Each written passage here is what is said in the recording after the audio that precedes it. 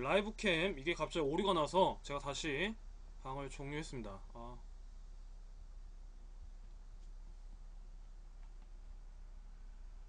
이제 라이브 캠 돼요. 그러니까 껐다 켜니까 되네. 이게 갑자기 사라져 버리네.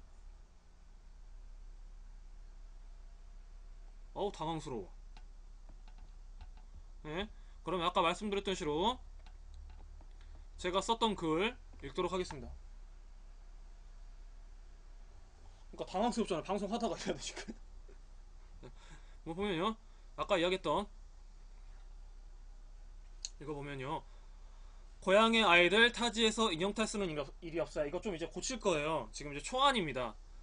이달 4일자에 JTBC 손석희 앵커 브리핑에 이런 내용이 있었다. 그러니까 8월 4일자죠. 본격적으로 점화된 서울시와 정부 간의 청년수당 논란에 관한 것이었다. 40도가 육박한 떼약볕에서 고양이 탈을 쓴 청년을 영상을 보여주며 앵커는 말한다.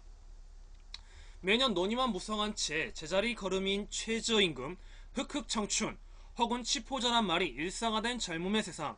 누군가는 논란의 그 발언처럼 그게 공감이 가느냐 말할지도 모르겠으나 이 문제는 사실 공감을 넘어 우리 사회 전체 생존의 문제입니다. 젊음이 암울해지고 젊음이 위축된 이후 벌어질 세상의 모습은 어떤가? 그리고 나의 미래는 어떠할 것인가?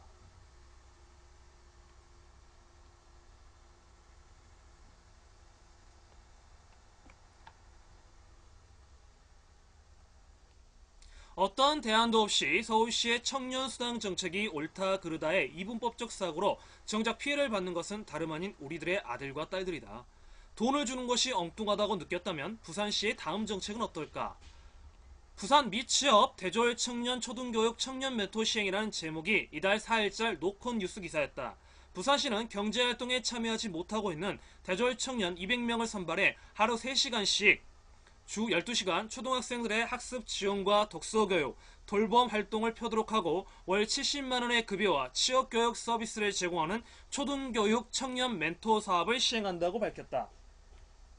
제시된 사례가 모두 대도시이기 때문에 상대적으로 열악한 구내 환경으로서는 시기적절한 청년 정책 시행이 나오기 어렵다는 말도 있었다. 과연 그럴까?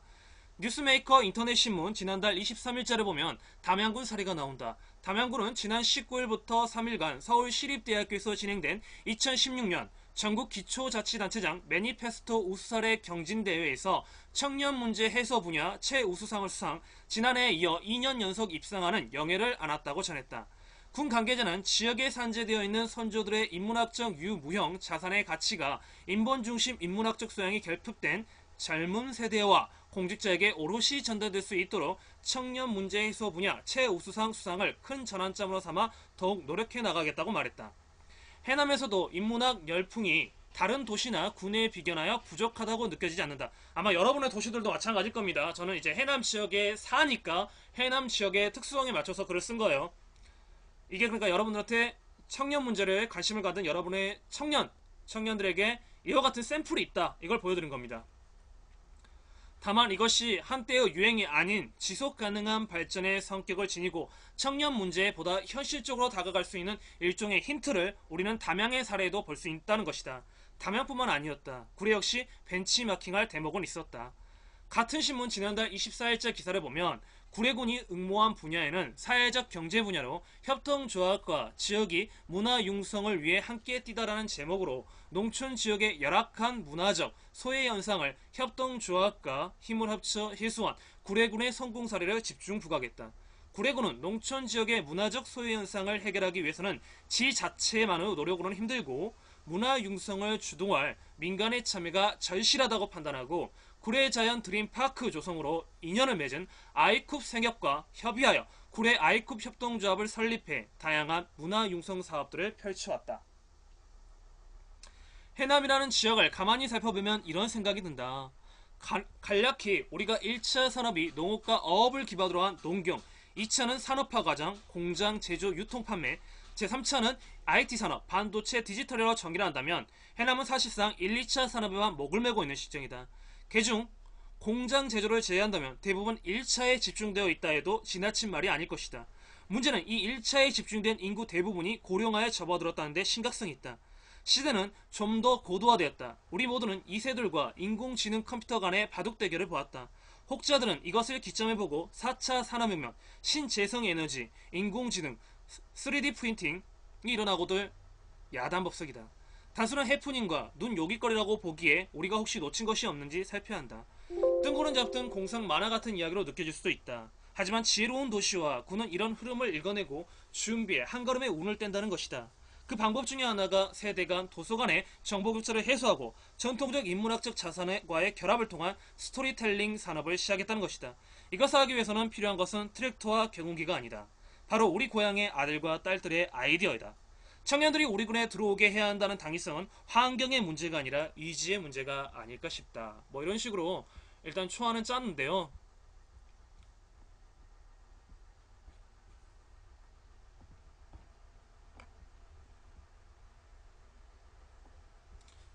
라이브 캠 조심해야 되겠어. 또 없어져 버릴 겁니다. 여러분들도 그러니까 여러분 지역사회에서 할 일이 바로 이것이다. 이런 식으로 각자의 지역 언론과의 매체 합의를 해서 여러분이 생각하는 것들 저는 일단 일부는 보냈거든요. 그래서 이제 해남신문과 오부 이야기를 했어요. 그러니까 청년 문제, 지역사회 청년 문제를 가지고 다섯 부작 이제 칼럼 형식의 글을 써서 이제 하기로 일단 이야기가 나왔는데 일단 일부 정도가 이제 다음 주에 나와서 이제 할 것 같아요. 그러니까 이제 지금 2부 원고 이제 태고에 들어갔고요. 3부 원고도 역시 마찬가지로 지금 집필에 이제 들어가려고 하고 있습니다. 이런 식의 그러니까 단순히 PKC만이 문제가 아니라 지역사회에서 풀뿌리 청년 네트워크가 있어야 된다. 이런 식으로 그리고 운동이 전개돼야 된다. 라는 게 지금 제가 하고 있는 방향입니다. 뭐 다양한 의견도 있을 수 있으니까요. 얼마든지 받을 생각이 있고요. 그리고 일단은 저는 청년들과 많은 이야기를 하고 싶어요. 일단은 그래서 계속해서 이제 뭐 질문 있으시면 언제든지 질문해 주시고요. 그리고 어떻게 보면 약간은 지금은 구체성이 없어요. 약간 피상적. 그리고 제가 서울에서 느꼈던 것을 이제 그대로 대입할 수는 없으니까 해남이란 지역에서 그대로 대입을 할 수는 없으니까 여기에 대한 지역사회 공부 여기 필요할 것 같고요. 그리고 대안에 대한 연구도 역시 필요할 것 같고요. 그래서 제가 지금 대안으로 보고 있는 게 몬두리안에서 했던 협동조합 그리고 강원도 언주에서 시행되고 있는 협동조합은 어떻게 운영되고 있는가 그리고 지역사회 마을사업 이걸 어떻게 정착시킬 것인가 이런 것들을 지금 공부를 하고 있어요. 관련 논문이나 책 같은 것을 좀 찾아보고 있는데 좀 어렵네요. 아무래도 제 전공 분야가 아니다 보니까 용어들도 그렇고요. 뭐 그리고 기업들 이야기하지만 이 기업들의 경영 방식, 경영하기를 공부했던 분들한테는 좀 쉽겠지만 저한테는 좀 어려워서 아직은 좀 체화하기는 좀 어렵다. 하지만 그럼에도 불구하고 하다 보면 또 길이 열리지 않을까 뭐 이런 생각을 가지고 있습니다. 말이 또 빨라졌죠. 네.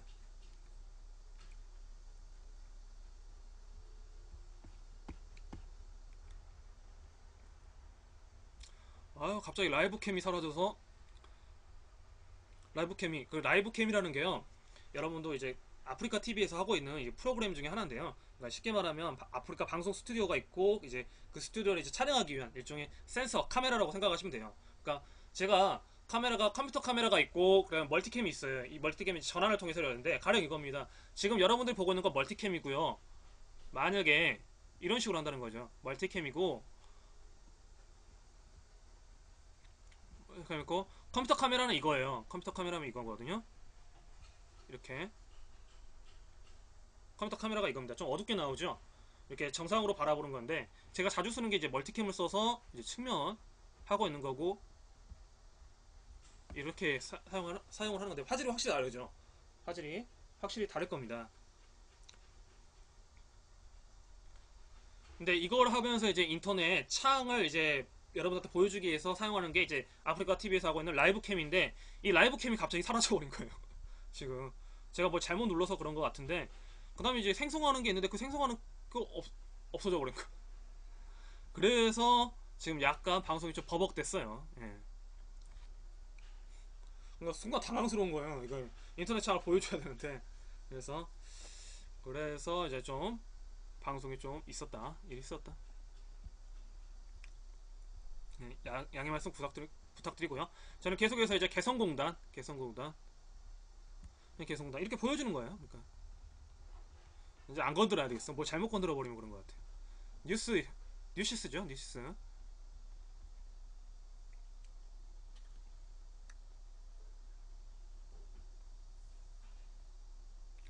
사드 국면 남북 긴장감 최고조 북도발 꾸준 정부 재가동 문제 논의한다는 것 자체가 말 안 된다. 그러니까 요원해졌다 뭐 이런 것이죠. 어, 남북 교류 협력의 마지막 보루로 꼽히던 개성공단이 전면 폐쇄된 지 11일로 반년이 됐다. 벌써 6개월이 됐네요. 우리가 잊고 있었는데 곳곳에서 남북 교류 재개 필요성을 강조하는 목소리가 나오고 있지만 지난 6개월 동안 악화 일로를 밟은 남북관계로 인해 개성공단 재가동은 여전히 요원한 상황이다. 우리 정부는 올해 1월 북한이 기습적인 4차 핵실험에 이어 2월 장거리 미사일까지 발사하자 같은 달 10일 개성공단 전면 중단이라는 결정을 내렸다. 이에 북한은 다음 달인 11일 개성공단 내 남측 인원 추방, 남측 자산 동결 등의 맞대응에 나섰고 결국 11일 개성공단으로 향하는 문은 전면 폐쇄됐다. 우리 정부가 개성공단에 공급되는 물과 전기 등을 모두 끊자 북한은 이후 우리 측에 가장 비참한 대가를 치르게 될 것이라며 위협하다 3월 북한 내 우리 측 자산 전부를 청산하겠다고 으름장을 놓기도 했다. 반년이라는 긴 시간 동안 개성공단이 가동을 멈추자 곳곳에서 개성공단 재가동 등 남북 간의 교류를 재개해야 한다는 목소리가 나오고 있지만 여전히 가능성은 희박한 상황이다. 북한은 이딴 도발에 대한 UN 안전보장이사회 등 국제사회의 강력한 대북 제재에도 불구하고 최근까지 탄도미사일 발사 등의 물리적 도발을 멈추지 않고 있다. 북한이 올해 초 4차 핵실험 이후 발사한 단, 중, 장거리 미사만 수십여 발에 이른다. 여기에 최근 경북 성주의 북한의 미사일 위협으로부터 우리를 보호하기 위한 사드 배치가 확정되면서 한반도 긴장감은 더 높아지고 있다. 북한은 경북 성주로 사드 배치 지역이 확정되자 물리적 대응 조치를 운운하는 한편 성주 등을 겨냥해 사거리를 제한하는 탄도미사일의 모의 타격 시험도 실시했다. 더욱이 우리 정부의 선 비핵화 기조와 북한의 핵 억제력 기조가 계속해서 평행성을 달린다는 점에서 긴장 해소는 당분간 기대하기 어려울 듯하다. 우리 정부는 북한이 평화공세 일부로 남북회담을 수차례 제의했음에도 선 비핵화 기조와의 진정성을 강조하고 있다. 동시에 4차 핵실험으로 시동을 건 북한은 36년 만에 당대회까지 열며 핵 보유국을 천명하는 등 핵에 대한 변함없는 입장을 고수하고 있다. 정준희 통일부 대변인 역시 개성공단 재가동 여부에 대해 북한이 연초부터 핵과 미사일 도발을 했고 앞으로도 계속 위협하고 있는 상황이라며 북한이 비핵화에 대한 의지를 행동으로 표출해도 시원찮을 판인데 위협까지 하고 있는 상황에서 재가동 문제를 논의한다는 것 자체가 말이 안 되지 않나 싶다고 전망했다. 전문가들 역시 이런 시일 내에 개성공단이 재가동되기 어려울 것이라고 전망했다. 김근식 경남대 교수는 개성공단 재가동 여부에 대해 가능성이 없다며 북한의 핵실험 때문에 폐쇄된 것인데 핵실험 이후 제재 국면에서도 북한이 변화하지 않았기 때문에 개성공단을 다시 재가동하기 어려울 것이라고 말했다. 남강구 교류대 교수도 개성공단이 북한의 핵 개발에 도움을 준다는 이유로 중단된 것인데 북한의 변화가 없는 이상 우리 측이 먼저 재가동하기는 어려울 것으로 보인다고 전했다. 그러면서 최근에 북한 입장을 봤을 때도 앞으로 북한의 태도 변화를 기대하기 어렵다며 전면 중단 이후 6개월이 지났기 때문에 재가동에 대한 기대를 걸 수 있을지 모르지만 현실적으로 정상화는 어려운 상황이라고 내다봤다.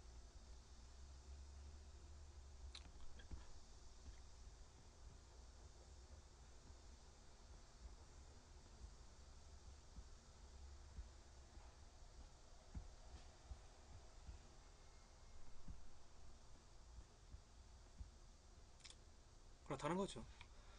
북한과의 이데올로기 공산이죠. 이런 식으로 해서 쉽게 말하면 안보 위협을 받았던 게 한두의 문제겠습니까? 그런데 어떻게 보면 일반적인 대화와 소통 없이 이루어진 개성공단 전면 폐쇄 결정 있어서 사실상의 남북 교류의 어떤 협력 지점이 되었던 교류의 지점이 되었던 것이 상실이 되었죠. 그러면서 이제 무기 공방 일정 성주 사드 배치 정책이 이어지고 이에 대해서 백악관 10만 서명 운동이 달성이 됐습니다. 이제 백악관 정부의 미 정부의 이제 공식적인 발표만 지금 남은 상황이 됐는데 글쎄요. 담벼락을 쌓아놓고 무기를 계속해서 늘리겠다. 2014년 이래로 어떻게 보면 무기 수출, 무기 수입 OECD 가입국 1위인 우리나라에서 과연 무기가 더 있어야만 북한을 대비할 수 있다라는 이러한 논리 과연 맞는지, 그리고 이로 인해서 여러 정책들 중에 청년 문제가 소외시되고 있다는 거, 이런 맥락으로 읽으면 정말 답답합니다. 오히려 국가라고 하면은 아 걱정 말고 생업에 종사하시라. 우리가 어떻게든 해보겠다. 그런 대안을 마련하는데 국민에게 그 대안을 물어보고 있는 정부. 어떻게 이해해야 될까요? 이게 과연 민주주의의 나라인지 아니면 왕의 나라인지 저는 좀 헷갈립니다. 강력한 리더십에 의해서 움직이는 세계가 아닙니다. 우리가 2세들과 AI, 인공지능의 바둑 대결도 봤던 것처럼 이제 집단 지성의 시대가 왔습니다. 융섭의 시대 또는 융합의 시대라고도 하죠. 또는 통섭의 시대라고도 말을 합니다. 이러한 시대에서 한 명의 리더가 독자적으로 움직인다? 안 되죠. 여러 사람의 다방면의 지식들이 뭉쳐서 집단 지성에 의해서 정책이 돼야 되는데 그러기 위해서는 끊임없는 대화와 토론 그리고 어쩔 때는 언성이 높여지기도 하고 언성이 낮춰지기도 하는 이러한 지리한 과정이 있어야 됨에도 불구하고 아직도 우리의 정책 방향은 일방향적이다. 개성공단의 문제도 거기서 비롯되지 않았을까라는 생각하면서 잠깐만 좀 쉬었다가 이어서 박원순 시사 브리핑으로 넘어가도록 하겠습니다. 잠깐만 쉬었다 가겠습니다.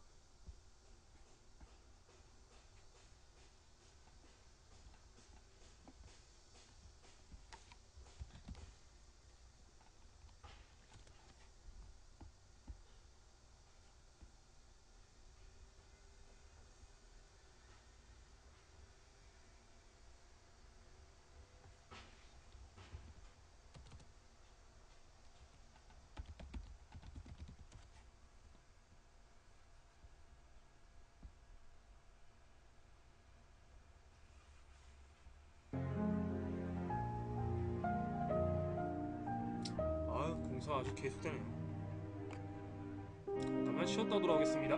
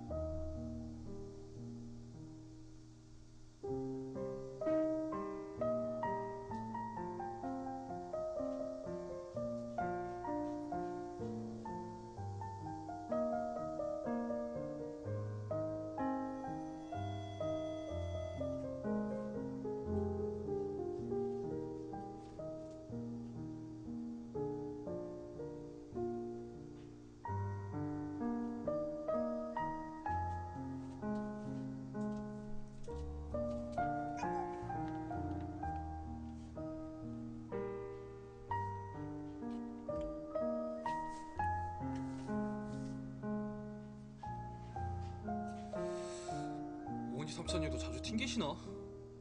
CPU 또 높아져.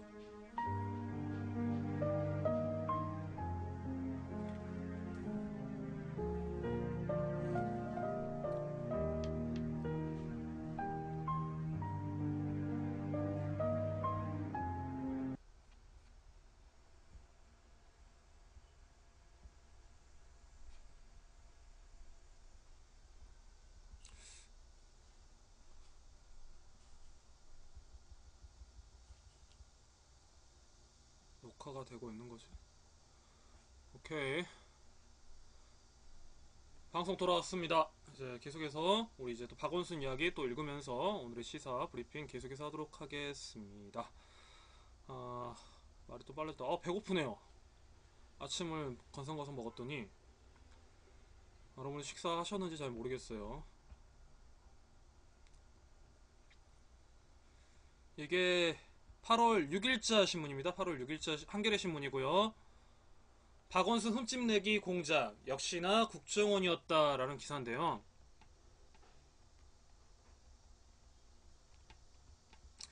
박원순 시장 제안 문건이 국정원에서 작성된 것이 맞다고 복수의 전직 국정원 관계자들이 증언했다고 시사주간지 시사인이 최근 보도했습니다.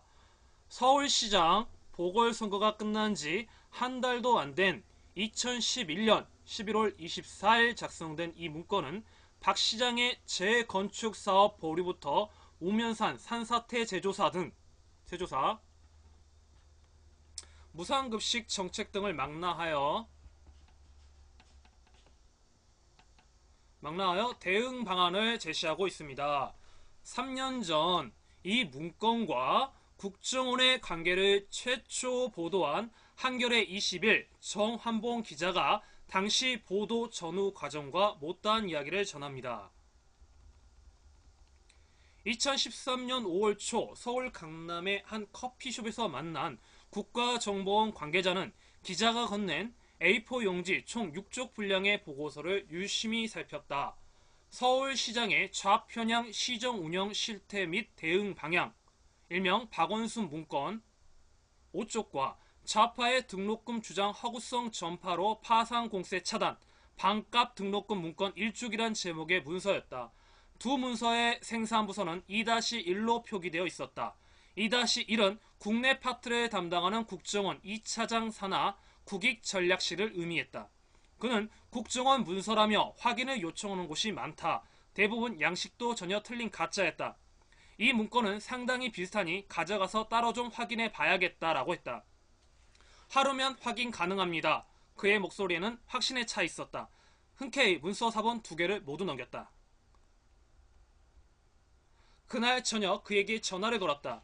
확인에 시간이 더 걸린다. 내일이면 확인이 가능할 것 같다는 답변이 돌았다. 다음날 다시 전화를 걸었다. 그는 일주일 정도는 걸릴 것 같다고 말했다. 확인 시간이 끝도 없이 길어지고 있었다. 국정원이 사실 확인을 거부한 것으로 판단한 한겨레는 2013년 5월 국정원이 박원순 서울시장을 상대로 공작을 벌인 정황과 반값 등록금 운동 차단 계획을 세운 사실을 잇따라 보도했다. 보도 뒤 이루어진 통화에서도 국정원 관계자는 문건의 진위를 밝히지 않았다. 문서 자체가 여러 번 복사됐기 때문에 이 문건이 국정원 것이 맞거나 아니라고 정확히 말할 수 없다. 감정 결과가 나오지 않았는데 나오더라도 가짜일 확률 몇 퍼센트, 진짜일 확률 몇 퍼센트라는 식으로 나온다. 한겨레 보도 이후 국정원에서는 문서 유출 경위를 확인하기 위한 대대적인 감찰이 이루어진 것으로 알려졌다. 허위 문건을 두고 감찰을 벌일 이유는 없다. 하루면 확인 가능하다더니 왠지 의심스럽지요. 문건 내용은 정교했다. 박원순 문건은 서울시장 보궐선거가 끝난 지 한 달도 채 지나지 않았던 2011년 11월 24일 작성됐다. 하지만 박 시장의 재건축 사업 보류부터 우면산 산사태 제조사, 무상급식 정책에 이르기까지 분야를 망라해 꼼꼼하게 다뤘다. 국정원이 제시한 대응 방안도 감사원 감사 촉구, 고소 고발, 어버이 연합 등 보수단체 동원 등 다양했다. 당시 박원순 문건을 확인했던 서울시의 한 고위 관계자는 검찰이나 경찰 정보 보고서도 본 적이 있는데 이 문건하고는 비교가 안 된다. 보고서는 이렇게 쓰는 것이라고 직원들에게 회람이라도 시켜주고 싶을 정도라며 혀를 내둘렀다. 그만큼 치밀하게 작성된 문건이었다. 국정원이 박원순 죽이기에 나선 시기는 미국산 쇠고기 수입 반대 촛불 시 이후로 보인다. 국정원 안팎의 이야기를 종합하면 이명박 정부는 2008년 5월 24일부터 시작된 촛불 시위에 큰 충격을 받았다. 당시 이명박 대통령의 국정 지지율은 10%대까지 떨어졌다. 새 대통령이 취임하자마자 위기에 빠져 아무 일도 하지 못하는 식물 정부가 된 셈이다. 이 전 대통령은 자신에게 커다란 좌절을 안겨준 촛불 시위의 배후에 박 시장이 있다고 보고 배신감을 느낀 것으로 전해졌다. 두 사람의 인연이 간단치만은 않았기 때문이다. 이전 대통령은 서울시장이던 2002년부터 3년 8개월 동안 아름다운 재단이 환경미화원과 그 자녀들을 돕기 위해 만든 등불 기금의 월급 전액을 기부했다. 2억 원이 훨씬 넘는 돈이었다. 당시 재단 상임이사를 맡고 있었던 박 시장이 이전 대통령에게 직접 요청하면서 기부가 성사됐다. 이 전 대통령은 박 시장이 상임이사로 일했던 아름다운 가게 행사를 지원하며 이 단체의 명예고문을 맡기도 했다. 박 시장 역시 서울시 자문기구에서 활동하며 이 전 대통령에게 환경정책 등을 조언했다. 박 시장을 여러 차례 도왔다는 이 전 대통령의 인식은 2011년 11월 8일 국무회의에서 이루어진 박 시장과의 대화에서도 드러난다. 서울시장 당선 뒤 국무회의에 참석한 박 시장과 악수를 나눈 이 전 대통령은 내가 시장 때 많이 협조했다고 말했다. 박 시장도 맞다. 그때는 자주 뵀다 라고 답했다. 자신이 많은 도움을 준 인물이 정부를 궁지로 몰아넣는 촛불 시위의 배후였다는 생각이 이 전 대통령의 심기를 거슬렸을 가능성이 높다. 이 전 대통령의 최측근으로 꼽혔던 원세훈 전 국정원장 역시 이런 분위기를 모를 리 없었다. 국정원 관계자들의 말을 들어보면 원 전 원장은 촛불 시위와 같은 일이 반복되지 않도록 많은 신경을 썼다고 한다. 대선 여론조작 활동을 벌인 국정원 심리전단이 원 전 원장 취임 후 강화된 건 역시 이런 흐름과 무관해 보이지 않는다. 원 전 원장은 취임 한 달도 채 되지 않은 2009년 3월 4일 심리전단을 독립부서로 개편했다. 부서수장도 2급에서 1급으로 격상시켰다. 애초 한 개 팀이었던 조직은 4개 팀으로 늘어났다. 촛불 시위가 인터넷을 매개로 확대됐다고 보고 대응책을 대놓은 셈이다. 원 전 원장이 이 같은 의도는 국정원 실국장 이상 간부와 지부장이 참석하는 부수장 회의 발언에서도 잘 드러난다. 그는 2011년 10월 21일 회의에서 이렇게 말했다. 지금 인터넷을 보시면 아시겠지만 인터넷 자체가 종북 좌파 세력들이 다 잡았는데 점령하다시피 보이는데 여기에 대한 대책을 우리가 제대로 안 세우고 있었다. 전 직원이 어쨌든 간에 인터넷 자체를 청소한다. 그런 자세로 해서 그런 세력들을 끌어내야 합니다.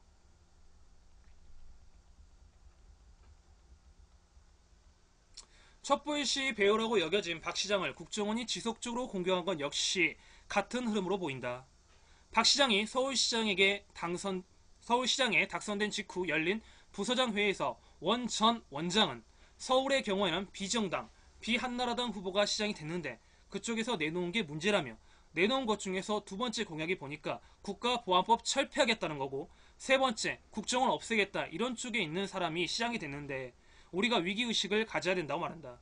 원장의 지시대로 국정원 심리전단 직원들은 박 시장을 비난하는 글을 끊임없이 인터넷 게시판과 트위터 등에 올렸다.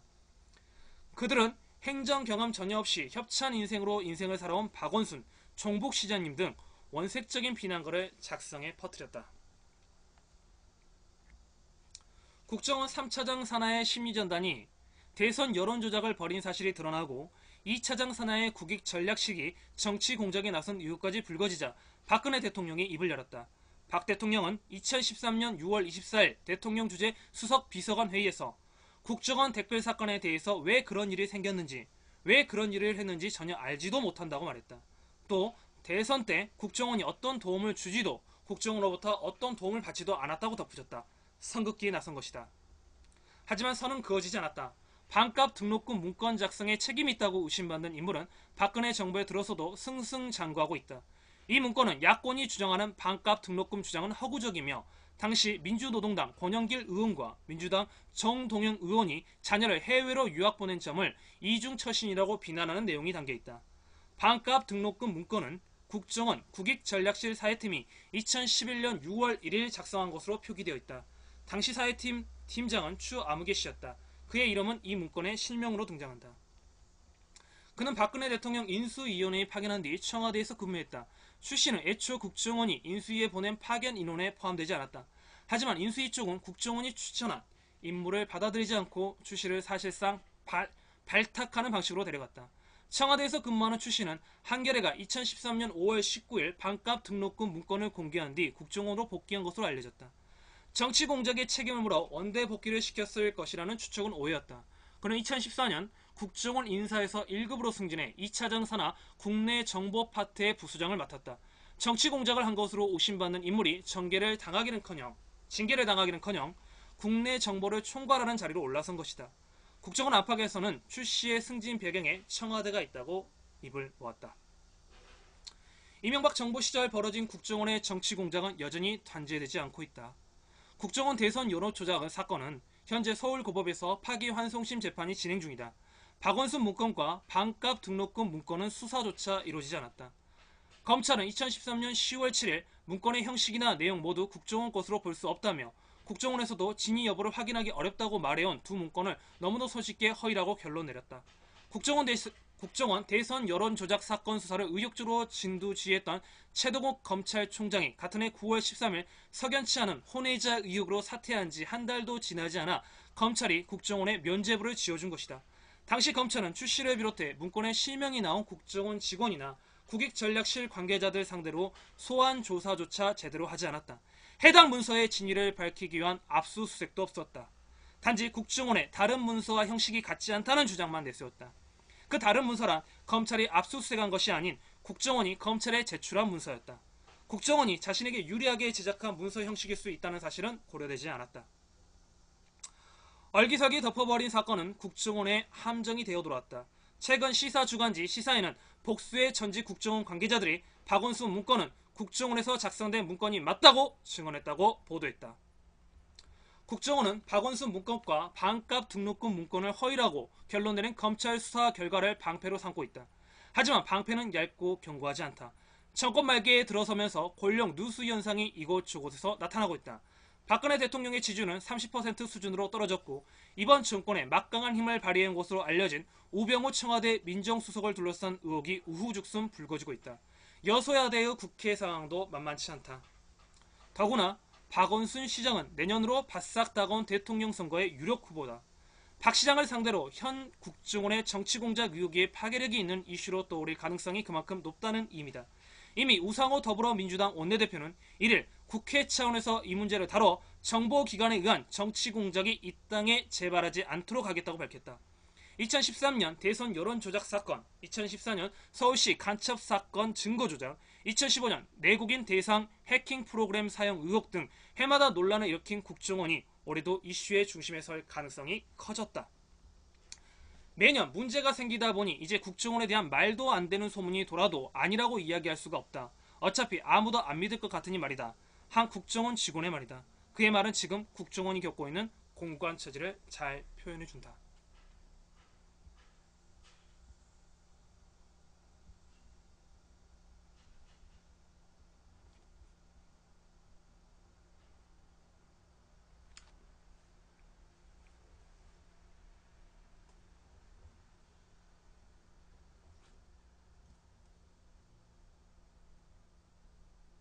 양치기 소년이 있죠. 우리가 잘 알고 있는 오화 속의 양치기 소년. 두 번까지는 그곳 주민들이 믿어줬지요. 소년의 거짓말을. 늑대가 온다라는 거짓말이었죠. 하지만 세 번째, 실제로 늑대가 나타났을 때는 어떻게 됐습니까? 사람들이 아무도 믿지 않았죠. 그래서 결과적으로 피해를 당하게 됐죠. 그렇지만 또 양치기 소년에서는 한 가지 더 우리가 알아야 될 것이 있습니다. 거짓말을 하는 소년을 견제, 감시할 세력도 있어야 된다는 거죠. 실제 위험은 언제나 도사리고 있습니다. 근데 그 위험이 있지도 않는데 그 위험이라고 말하는 것에 대해서는 언제나 비판을 해야 된다. 그리고 그 진실이 드러났을 때 그걸 우리는 믿어야 된다. 하지만 지금 같은 상황에서 이런 생각이 듭니다. 각 정부사나 국정원, 국가정보원에 있는 정보를 우리가 믿어야 되나 말아야 되나, 이런 것들이 계속해서 문건이 유출되고 있고 문건을 국민들이 접하게 되면서 국정원에 대한 신뢰는 정말 끝간데 없이 추락한 것이 사실입니다. 정보를 움켜쥔다는 건 굉장히 중요합니다. 하나의 국정을 운영하는 데 있어서요. 하지만 이런 식의 정보 취득은 올바르지 않죠. 박원순 시장 문건도 문제지만 제가 집중을 하고 있는 건 등록금 문제였습니다. 등록금 반값. 좌익 쓰레기다. 이런 식으로 해서 쉽게 말하면 엘버트 허시먼이죠. 아까 제가 방송 거기서는 잘못 말한 것 같아요. 엘시먼 허버트 이런 식으로 해갖고 이름을 잘못 하는데 엘버트 허시먼이 맞고요. 저자 이름은 엘버트 허시먼의 위헌명제죠. 정복머리죠. 쉽게 말하면 정복머리. 그런데 그 정복머리의 피해자는 누굽니까? 바로 우리의 청년들 아니겠습니까?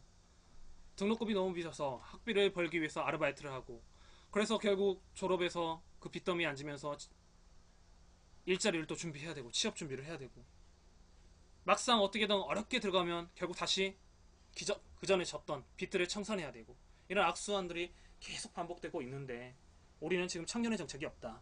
다시 원점이죠. 기승전결, 기승전 청년 문제로 갈 수 있다는 거죠. 저한테는 국정원의 문건 이것은 국정원 측에서는 문건이 아니다, 그리고 검찰 쪽에서도 그걸 인정했다 이런 식으로 말을 하고 있지만 저한테는 맥락은 그렇게 읽힙니다. 박원순 시장의 포커스가 아니라 저한테는 이제 등록금의 포커스가 있으니까요. 아무래도 포커스가 다르니까요. 다음 뉴스입니다. 역시 박원순 죽이기는 여전히 계속되고 있더라, 이런 내용인데요. 노컷 뉴스입니다. 8월 2일자 기사입니다.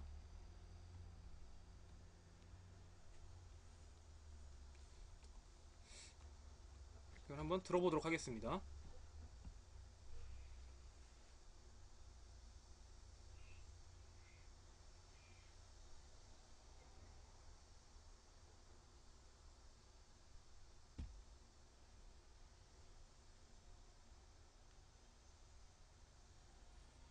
네, 김모 오뜨이님 반갑습니다.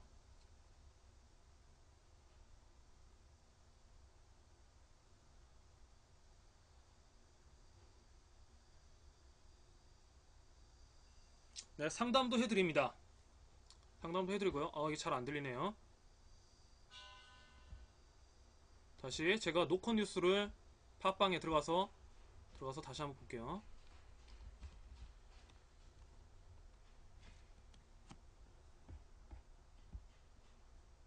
상담을 하기 전에요,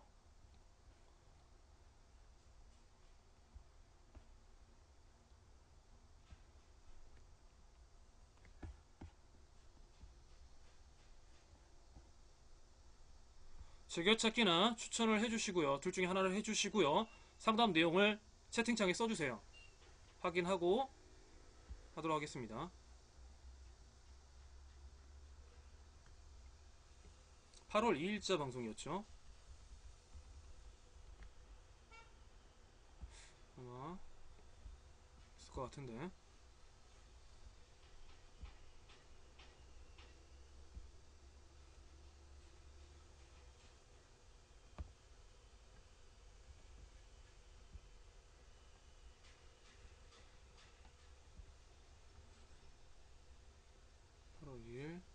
네, 여기 있네요.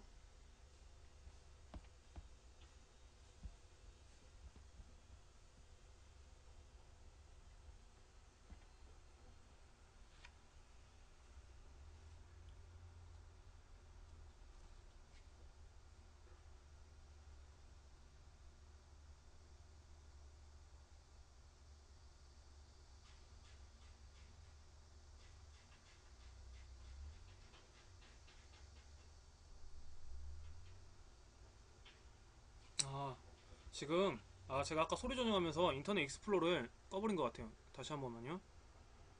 그래서 안 들렸구나.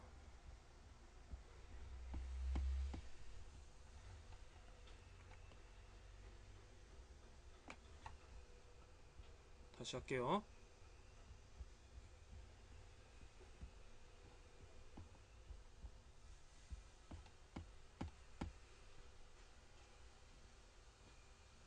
지난 2013년 세상에 공개됐던 이른바 박원순 제안 문건, 여러분 기억하십니까? 2009년 원세훈 국정원장이 취임한 이후 국정원이 박원순 시장에 대해서 지속적으로 정치 공작을 벌이고 사찰을 해온 것으로 보이는 그런 문건이었죠. 당시 검찰은 이건 국정원 문건이 아닌 것으로 보인다. 결론 내리고 넘어갔었습니다. 그런데 결국 이 문건이 사실이었다는 전직 국정원 직원들의 증언이 나왔습니다. 시사주간지 시사인 보도인데요. 이 보도에 나온 증언을 보면 박원순은 종북좌파에 거두다, 철저히 흠집내라, 돈은 얼마가 들어가도 좋다, 지쳐 나가 떨어질 때까지 멈추지 마라. 이런 취지의 지시들을 계속 받아왔다는 겁니다. 더불어민주당 우상호 원내대표는 이 의혹을 국회 차원에서 다루겠다. 이렇게 어제 선언을 했군요. 누구보다도 당사자 입장이 궁금합니다. 박원순 시장 직접 만나보죠. 박 시장님 나와 계십니까? 네, 안녕하세요. 보도는 보셨습니까? 예, 그렇습니다. 이거를 뭐 소감이라고 해야 되나요? 어떠셨습니까? 글쎄요, 너무 참담한 심정입니다. 우리가 그동안 피땀으로 만들어온 민주주의를 그야말로 국정원의 인질이 되게 할 수는 없지요. 국정원의 인질이요? 그동안 우리가 뭐 공작 정치, 정보기관 이런 그 말을 들어본 지가 참으로 오래지 않습니까? 예. 그야말로 7, 80년대 독재 정권 시절에 불의의 시대로 완전히 돌아선 것이고 명백한 민주주의 파괴고 헌정질서 파괴다. 저는 그렇게 보고 있고요. 예. 만약에 이번 기회에 우리 사회가 확실하게 이 문제를 진상규명을 하지 못하고 넘어가면 예. 아마도 내년 대선에서도 또 저 아닌 다른 정치인에 대해서도 꼭 같은 일이 벌어질 것이다. 이렇게 저는 봅니다. 내년 대선에서도 같은 일이 또 벌어질 것이다. 뭐 그런 말이 있지 않습니까? 반성하지 않는 역사는 되풀이한다. 이런 말이 있죠. 아니 근데 지난번 대선 때 뭐 댓글 사건도 있고 해서 다 수사도 되고 재판도 되고 이랬는데 설마 그런 일이 또 벌어지겠습니까? 그런데 뭐 지금 이런 일이 되풀이되고 있지 않습니까?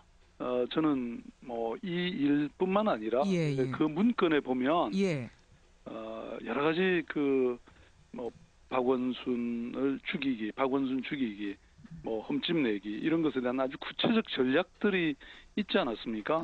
그런데 뭐 그런 것들이 계속 실천돼 왔다는 것을 알 수가 있죠.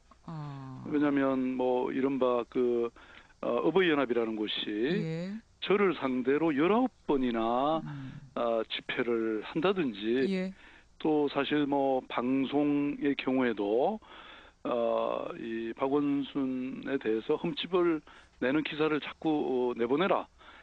그런데 저는 양심상 하기 어렵다. 이렇게 저한테 와서 고백한 방송사 이 기자도 있었습니다. 그런 기자가 있었어요. 예.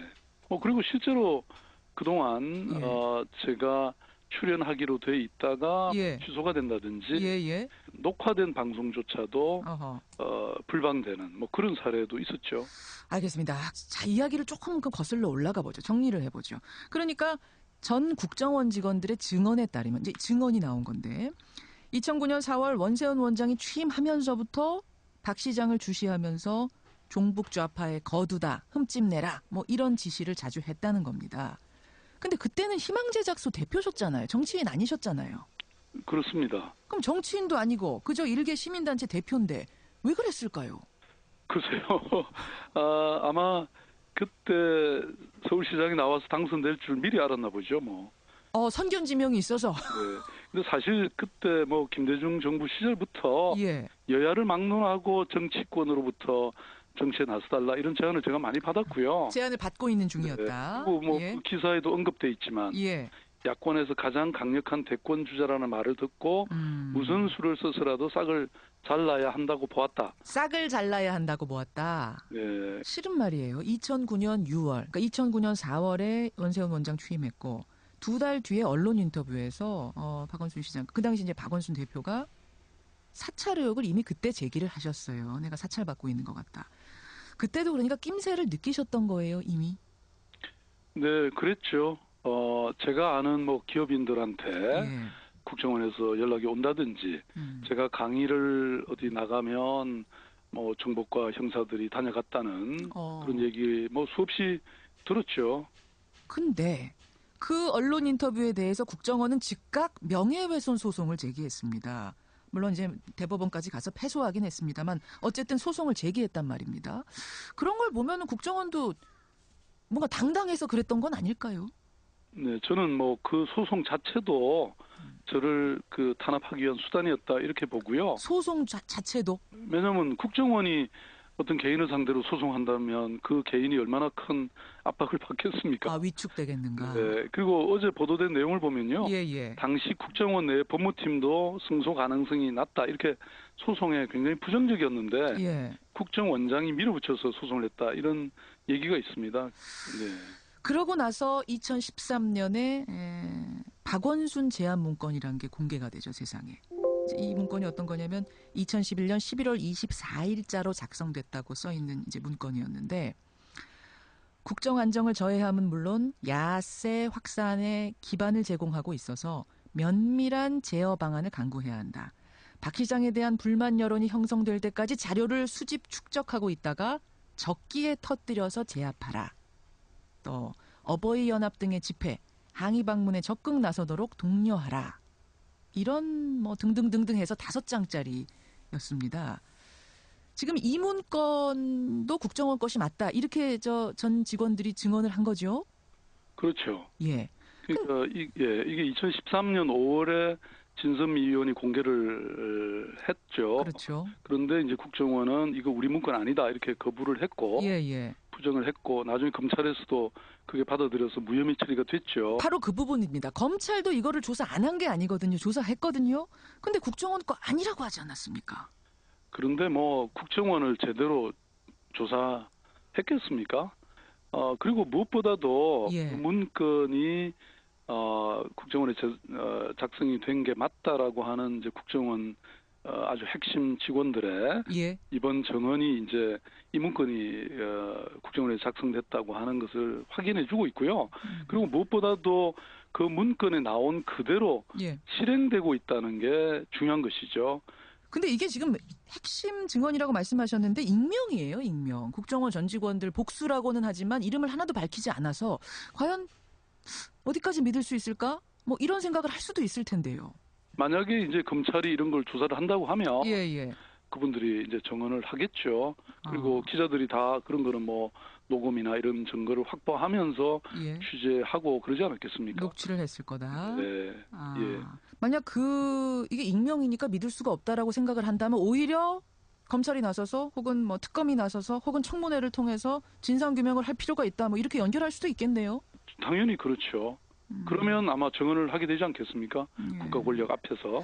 어제 우상호 원내대표도 그런 주장을 하셨어요. 이거를 국회 차원에서 진상 규명해야 된다. 근데 이 방법은 이제 여러 가지가 있습니다. 뭐 특검도 있고 청문회도 있고 말씀드린 대로 검찰이 나서서 조사하는 방법도 있고 어떤 게 가장 적합하다고 보십니까? 저는 이게 뭐 비단 저 박원순의 문제만은 아니라고 생각하거든요.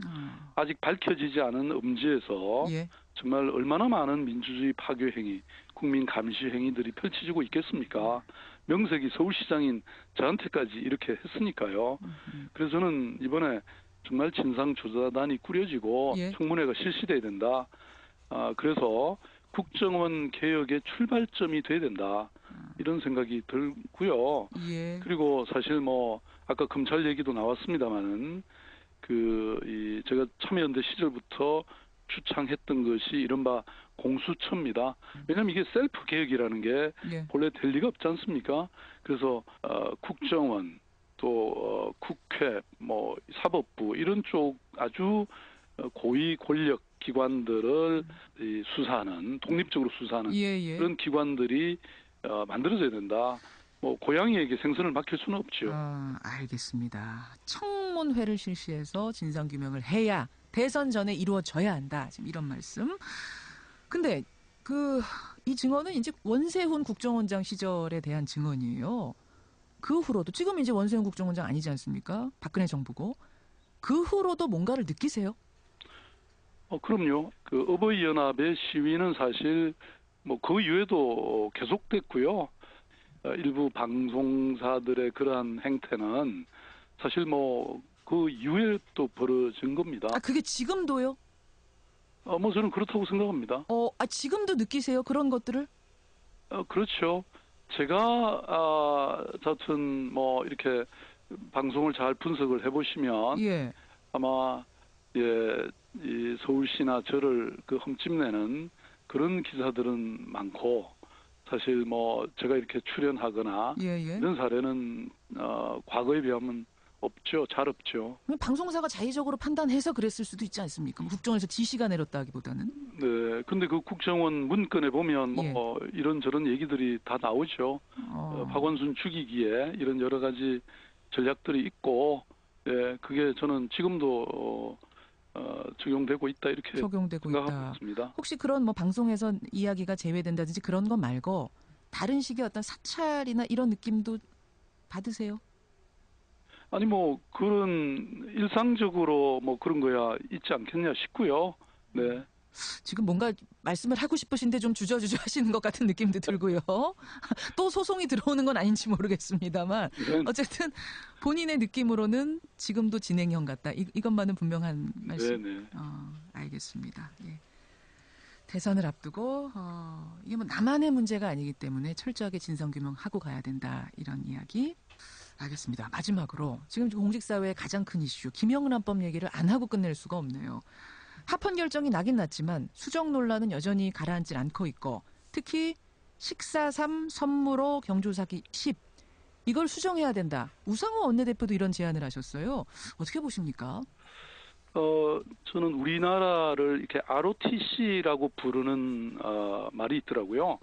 말하자면 Republic of Total Corruption, 총체적 부패 공화국이다.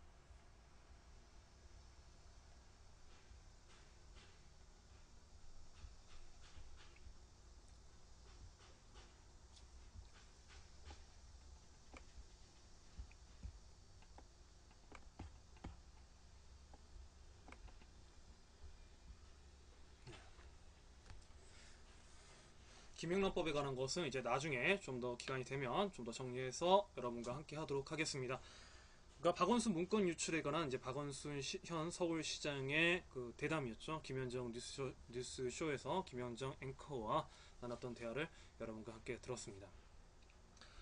한 사람이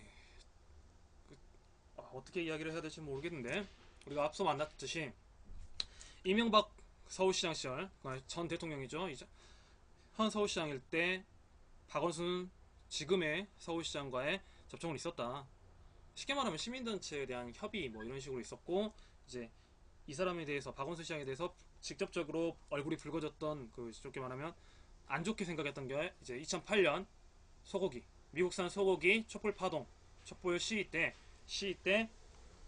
드페우가 박원순 서울시장이다 라고 단정을 하고 있었다. 그리고 그에 대해서 계속해서 국정원에서 감시가 있었다 하는 걸로 정리해도 무방할 것 같다라는 생각이 듭니다.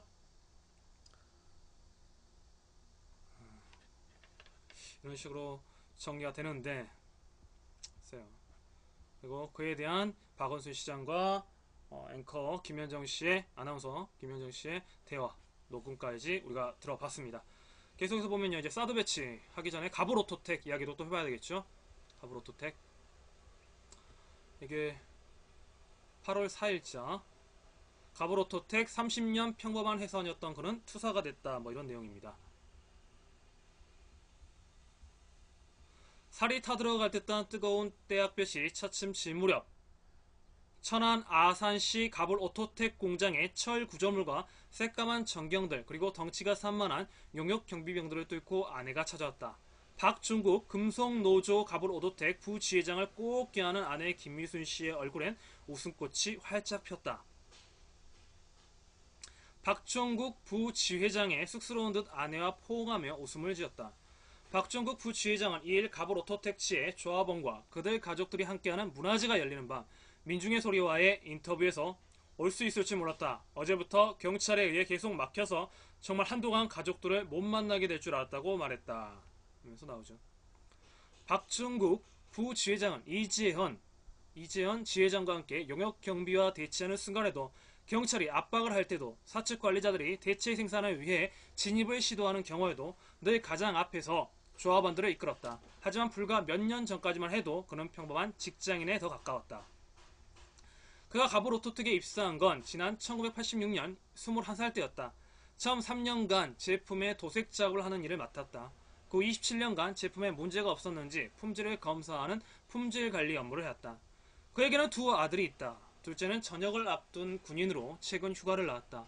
파업 현장에도 잠시 찾아와 얼굴을 보고 갔다. 첫째는 작년 9월에 갑을 오토텍 공장에 입사했다. 2014년에 입사 지원을 했었지만 회사의 노조 파괴 계획에 따라 40대 비리 경찰과 특전사 출신의 신입사원들에게 밀려 낙방했다.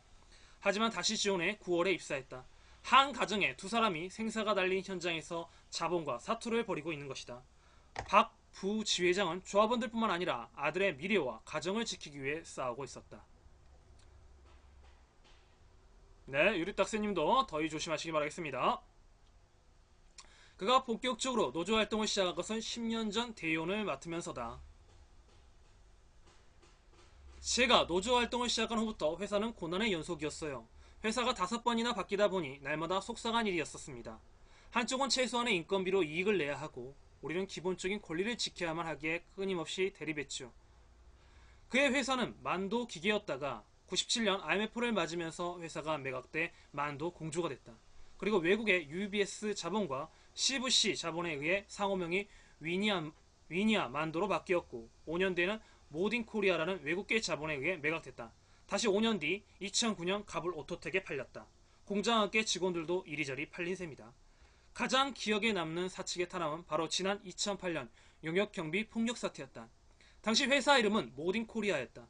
회사를 인수한 모딘코리아는 2008년 6월경에 갑자기 공장 꼭대기에 커다란 CCTV를 달았다. 조합원들에게 기초질서 근무 태도를 바로 잡는다는 이유로 사사건건 조합원들의 근무 태도를 지적했다. 노조의 저항이 시작된 시점은 안산 지역에서 노조 파괴로 유명한 근로감독관 출신이 인사팀으로 채용된다는 사실이 알려지면서다. 노조의 저항에 부딪힌 모딘코